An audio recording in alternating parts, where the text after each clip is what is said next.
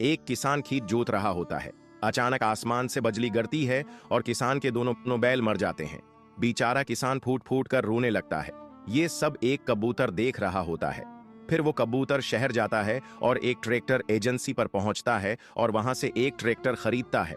फिर वो ट्रैक्टर लेकर किसान के पास आता है और ट्रैक्टर किसान को दे देता है। लेकिन किसान फिर भी रो रहा है। कबूतर उदास होने लगता है और कहता है, इतनी मेहनत की पर किसी ने लाइक और सब्सक्राइब नहीं किया।